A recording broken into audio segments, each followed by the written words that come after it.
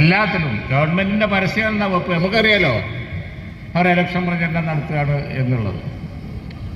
എന്നാൽ മഞ്ചേരി ഗവൺമെൻറ് ഹോസ്പിറ്റലിലേക്ക് അത് പോയി നോക്കിയാൽ അവിടെ ഡോക്ടർമാരില്ല, മരുന്നില്ല, അതുപോലെ തന്നെ ഉപകരണങ്ങളില്ല. ഞങ്ങളാണോ പറയുന്നത്?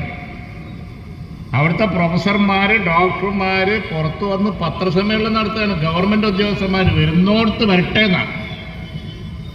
സാധാരണഗതിയിൽ സർക്കാർ ഉദ്യോഗസ്ഥന്മാർ പത്രസമ്മേളനം നടത്തൂലല്ലോ. ഡിസിപ്ലിൻ്റെ എതിരല്ലേ, പേടിക്കൂലേ? പക്ഷേ രോഗികളുടെ അവസ്ഥ കണ്ടിട്ട്, ഉപകരണമില്ലാതെ ബുദ്ധിമുട്ട് കണ്ടിട്ട്, ഓപ്പറേഷൻ ചെയ്തു കഴിഞ്ഞാൽ അത് തുന്നിക്കൂട്ടാൻ നൂലില്ലാത്തതുകൊണ്ട്, അങ്ങനെയുള്ള കാര്യങ്ങളില്ലാത്തതുകൊണ്ട്, നിർവാഹമില്ലാതെ കണ്ട് സഹിക്കാൻ വയ്യാന്ന് പറഞ്ഞാണ് തിരുവനന്തപുരം മെഡിക്കൽ കോളേജിലും അതുപോലെ പല ആസ്പത്രികളിലും ഡോക്ടർമാർ തന്നെ, ആസ്പത്രിയിലെ ഡോക്ടർമാർ രംഗത്ത് വരും. അതിനൊന്നും അവരടുത്ത് കാശില്ല, ഈ പരസ്യത്തിന് കാശില്ല. ഇതിന് ഈ രീതിയിൽ ഒരു സാമ്പത്തിക ബുദ്ധിമുട്ട് ഉമ്മൻചാണ്ടി വെച്ചപ്പോണ്ടായിരുന്നു. ഞാൻ അദ്ദേഹത്തിൻ്റെ ജനകീയ സദസ്സുകൾ കണ്ടിട്ടുണ്ട്. 10,000-കണക്കിന് ആളുകൾ ഒന്നിച്ച് ഇതേമാതിരി വലിയ ഗ്രൗണ്ടിൽ ഇറങ്ങി നിന്നിട്ട് പെറ്റീഷൻ വാങ്ങും. എന്നിട്ട് ആ പെറ്റീഷൻ്റെ പുറത്ത് അപ്പം തന്നെ എഴുതി ഒപ്പിടും. എന്നിട്ട് ഇതെല്ലാം കൂടി കട്ടാക്കിയിട്ട് മൂപ്പരനെ കൊണ്ടുവരും.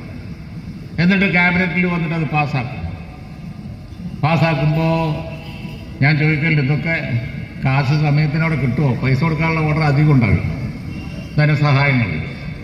പിന്നെ ഈ അന്വേഷണത്തിൽ എനിക്ക് മനസ്സിലായി, അവർക്ക് പൈസ കിട്ടുന്നുണ്ട് എന്ന് മാത്രമല്ല, പൊതുവിൽ ആളുകൾക്ക് ഇങ്ങനെയുള്ള കേസുകളിൽ പൈസ കിട്ടാതിരിക്കാൻ കാരണം എന്താണെന്ന് വെച്ചാൽ ആ ചുവപ്പ് നാടകം കൂടി ഉമ്മൻചാണ്ടി അതോടുകൂടി അറുത്ത് കരയുമായിരുന്നു എന്നുള്ളതാണ്. അങ്ങനെയുള്ള ഭരണം ഈ കേരളത്തിൽ ഉമ്മൻചാണ്ടി കാഴ്ചവെച്ചിട്ടുണ്ട്. നമ്മൾ UDFൻ്റെ ഏറ്റവും അവസാനത്തെ ഭരണം എന്ന് ഞാൻ പറഞ്ഞുള്ളൂ. അതുകൊണ്ടാണ് ഞാനത് എടുത്തു പറയുന്നത്. എല്ലാ ഭരണങ്ങളും അങ്ങനെ തന്നെയായിരുന്നു. ഈ അടുത്ത സമയത്ത് അസംബ്ലിയിൽ ചർച്ച നടക്കുന്ന സമയത്ത് 10 വർഷത്തെ ഭരണത്തിൻ്റെ മെജങ്ങനെ പറഞ്ഞുകൊണ്ടിരിക്കുകയാണ്.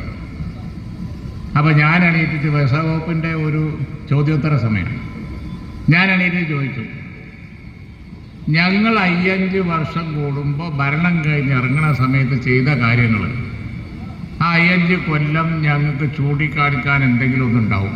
ഒന്നുകിൽ ടെക്നോ പാർക്ക്, ഇൻഫോ പാർക്ക്, അല്ലെങ്കിൽ മെട്രോ റെയിൽ, അല്ലെങ്കിൽ എയർപോർട്ട്, അല്ലെങ്കിൽ എന്തെങ്കിലും ഒന്ന്. അവർ പറയുന്നപ്പോൾ വിഴിഞ്ഞം പോർട്ട് പോലും ആ യാഥാർത്ഥ്യമാക്കിയിട്ടല്ലേ നമ്മൾ പോയത്. പണിയിപ്പോൾ നടന്ന അവരുടെ കാലത്താണ്. പക്ഷെ അത് യാഥാർത്ഥ്യമാക്കിയിട്ട് നമ്മൾ അങ്ങനെ ഓരോന്നും ഞങ്ങൾക്ക് പറയാനുണ്ട്. ഞാൻ ചോദിച്ചു, 10 കൊല്ലമായല്ലോ നിങ്ങളിങ്ങനെ കയ്യിലെത്തണോ? എന്നാൽ എന്തെങ്കിലും ഒന്ന് ഒറ്റ വാക്കിൽ ഞങ്ങൾ ഈ 10 കൊല്ലം കൊണ്ട് ചെയ്ത വൻ സംഭവം അതാണ് എന്നൊന്ന് പറയാമോ എന്ന് ചോദിച്ചു. ഒന്ന് പരിങ്ങി, ആർക്കാ പെട്ടെന്ന് പറയാൻ പറ്റുക? ഇടതുപക്ഷത്തിൻ്റെ ഒരു അടയാളം ഈ 10 കൊല്ലത്തിനുള്ള ഒന്നും തന്നെ കേരളത്തിൽ അങ്ങനെ ഒരു വലിയ സംഗതി കേരളത്തിലില്ല. അപ്പോൾ അവർക്ക് പറയാൻ കഴിഞ്ഞില്ല. വ്യവസായ മന്ത്രി പറയാൻ നോക്കിയത് ഈ റോഡാണ്. ഈ റോഡ് അവരവകാശപ്പെട്ട അത് 8 മമ്മൂഞ്ഞിൻ്റെ പടിയാണ് എന്നുള്ളത് അവർക്ക് തന്നെ അറിയാവുന്നതുകൊണ്ട്. കാരണം ഈ റോഡ് ഇന്ത്യ ഒട്ടാകല്ലേ, കേരളത്തിൽ മാത്രമാണ്. അത് കേരള ഗവൺമെൻറ്റിൻ്റെ റോഡല്ലല്ലോ, നാഷണൽ ഹൈവേ ആണ്.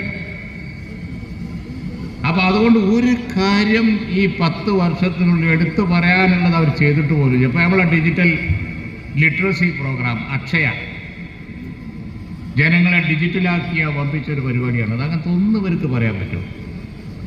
അപ്പോൾ ഈ 10 വർഷക്കാലം രാഷ്ട്രീയമായ കാര്യങ്ങൾക്ക് വേണ്ടി പണം മുഴുവൻ ചോർത്തിക്കളഞ്ഞ് യാതൊന്നും ചെയ്യാതെ വികസന പ്രവർത്തനങ്ങൾ മുഴുവൻ മുരടിച്ച് സർക്കാരിൻ്റെ പണം കൊണ്ട് നടക്കേണ്ട മുഴുവൻ വല്ലാത്തൊരവസ്ഥയിലായി കേരളത്തെ പാപ്പരാക്കി. വിദ്യാലയങ്ങളിൽ ശമ്പളം കൊടുക്കൂല, ആശുപത്രിയിൽ ഡോക്ടർമാരെ വെക്കൂല, എല്ലാ അധ്യാപകർക്ക് തന്നെ അതിനനുസരിച്ചുള്ള ശമ്പളം വല്ലാത്തൊരു ഭരണം നമ്മളിവിടെ കണ്ടു ഈ 10 കൊല്ലം. ഈ സ്ഥിതി തുടർന്നു പോയാൽ പറ്റുകയില്ല എന്നുള്ളത് ഏകദേശം ജനങ്ങൾ തീരുമാനിച്ചു കഴിഞ്ഞു. അതാണ് തെരഞ്ഞെടുപ്പ് രംഗത്ത് UDFൻ്റെ ട്രെൻഡ് രൂപപ്പെടാൻ കാരണം. പിന്നെ അവർക്ക് ആളില്ലാത്ത സ്ഥിതി. ഈ മലപ്പുറം ജില്ലയിൽ ആരാണ്ട് പറഞ്ഞു, അങ്ങാടിയിലൊന്നും ഇപ്പോൾ മാന്യന്മാർക്കൊന്നും കൂടെ അവർ കൊണ്ട് ഇടതുപക്ഷത്തിൻ്റെ സ്ഥാനാർത്ഥിയാക്കും, കരുതി നിന്നോ എന്ന് പറഞ്ഞ സ്ഥിതിയാണ്. ഓരോ സ്ഥലങ്ങൾ ഒഴിച്ചിട്ടിരിക്കുകയായിരുന്നില്ലേ. അവസാനം അവിടുന്ന് പിടുത്തമൊക്കെ വല്ല കച്ചവടക്കാരും കാര്യങ്ങളൊക്കെ കിട്ടി കൊണ്ടുപോയി നിർത്തിയിട്ടുണ്ട്.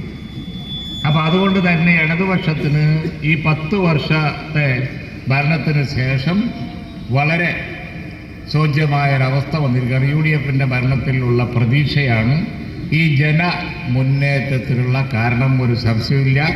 ആ പ്രതീക്ഷ മങ്ങാതെ കാത്തു സൂക്ഷിച്ചോളാം.